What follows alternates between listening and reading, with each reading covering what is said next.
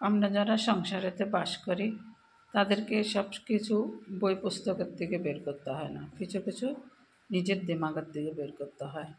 তো তোমাদের দাদাবাবু আজকে বলেছে কাঁচকলা দিয়ে আলু দিয়ে রান্না করতে। তো আমার কাঁচকলা আমার ভালো লাগে না, এর জন্য আমি কাঁচকলা খাই না। তো আমি চাল কুমড়া রান্না করেছি। এখন এইটুকুর জন্য আবার দুই তরকারি করব, তো আমি একসঙ্গে দুইটাই একসঙ্গে তরকারি করেছি। এখন আমি এটা আলাদা করে নেব।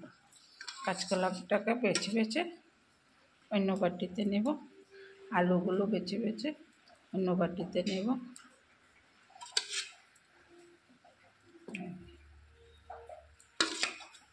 একসঙ্গে দুটো তরকারি হয়ে গেছে। এখন গ্যাসের যে দাম, তারপরে সময়েরও দাম, সব কিছু মিলিয়ে আমি এক্সট্রা করে নিয়েছি। আবার আজকে আমার ঘরে কাঁচা লঙ্কা নেই, তো কী করব? তরকারি কি রান্না বন্ধ থাকবে? না। তার জন্য আমি কী করেছি, শুকনো লঙ্কাকে ছিঁড়ে ছিঁড়ে, এই যে দেখো, শুকনো লঙ্কাকে ছিঁড়ে ছিঁড়ে আমি তরকারির ভিতরে দিয়েছি। আমাদের ঘরে এমনি ঝালটা কম খায়, এর জন্য আমি এরকম করে তরকারি রান্না করেছি। তো তোমাদের ঘরেও যদি এরকম হয়, এটা খাবে না, ও ওটা খাবে না, তাই এরকম করে রান্না করো। তোমরা অনেক কিছু বাঁচাতে পারো, গ্যাস বাঁচাতে পারো, টাইম বাঁচাতে পারো, মশলা বাঁচাতে পারো।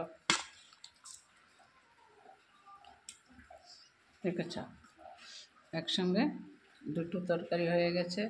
একটা তরকারি করেছি, দুটো তরকারি হয়ে গেছে।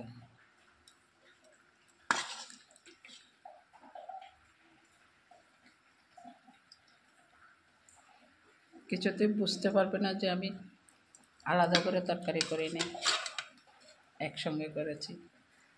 রান্না করে আলাদা করে ফেলছি, দুটো তরকারি হয়ে গেল।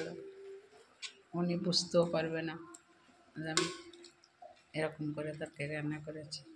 তোমরাও যদি কখনো এরকম বিপদে পড়ে যাও যে উনি এটা খাবে, আমি এটা খাবো না, এরকম করে করে নিতে পারবো।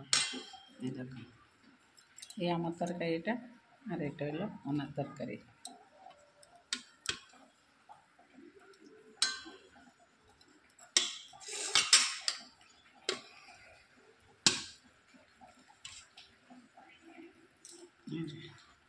দুটো তরকারি হয়ে গেছে। চলো, রাধে রাধে।